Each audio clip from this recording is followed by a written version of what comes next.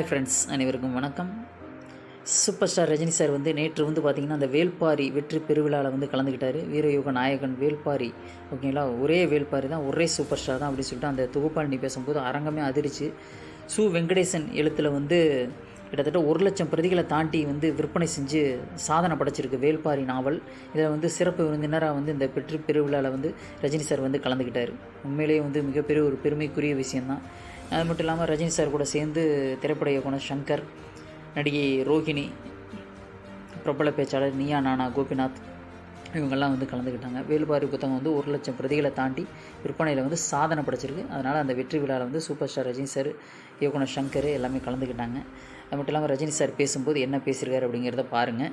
அனுபவசாலி இல்லாத கட்சி வந்து தெரவே தெரியாது, திமுகவில் பழைய மாணவர் வந்து அப்படி சொல்லிட்டு துரைமுருகனை குறிப்பிட்டு நான் பேசியிருந்தேன். அது வந்து மிகப்பெரிய சர்ச்சையாச்சு. அது மட்டும் இல்லாமல் வந்து அதுக்கு வந்து விளக்கமாக வந்து கிளியராக சொல்லியிருக்காரு. அதை வந்து அதுக்கு வந்து பேசுகிறதுக்குள்ளே கரெக்டாக பேசுகிறதுக்குள்ளே அந்த சிரிப்பலையில் அதை நான் பேச மறந்துட்டேன். அதனால தான் எங்கே எதை பேசணும் எதை பேசக்கூடாது அப்படின்னு சொல்லிட்டு அவ்வளோ தெளிவாக வந்து சூப்பராக பேசியிருக்காரு. அரங்கமே வந்து அவ்வளோ சிந்திக்க வச்சுருக்காரு, எல்லாருமே வந்து சிந்திக்க வச்சுருவார். அதனால தான் ரஜினி சார் ஸ்பீச்னாவே எல்லாருக்குமே வந்து ரொம்ப ரொம்ப பிடிக்கும். பொறுமையாக வந்து சூப்பராக கேட்பாங்க. அது மட்டும் இல்லாமல் சிரிக்கவும் வைப்பார், சிந்திக்கவும் வைப்பார். அது மட்டும் இல்லாமல் வந்து சிவகுமார், கமலஹாசன் இவங்கெல்லாம் இருக்கும்போது என்னையே வந்து இந்த நிகழ்ச்சிக்கு அழைச்சாங்க. நான் வந்து 75 வயசில் கூலிங் கிளாஸ் போட்டுக்கிட்டு ஸ்லோ மோஷனில் நடந்து வர்ற இந்த ஆள் அப்படின்னு சொல்லிட்டு அவங்க பேசுவாங்க. அப்படி செல்ஃப் ட்ரோலில் வந்து அவங்க பேசுகிறதுக்கு வாய்ப்பு இருக்குது அப்படின்னு சொல்லிட்டு கலகலப்பாக பேசியிருக்காரு. ஓகேங்களா. அது மட்டும் இல்லாமல் கலை எந்த வடிவில் இருந்தாலும் அதை ரசிப்பதில் வந்து தமிழ் மக்கள் வந்து மன்னர்கள் தான்.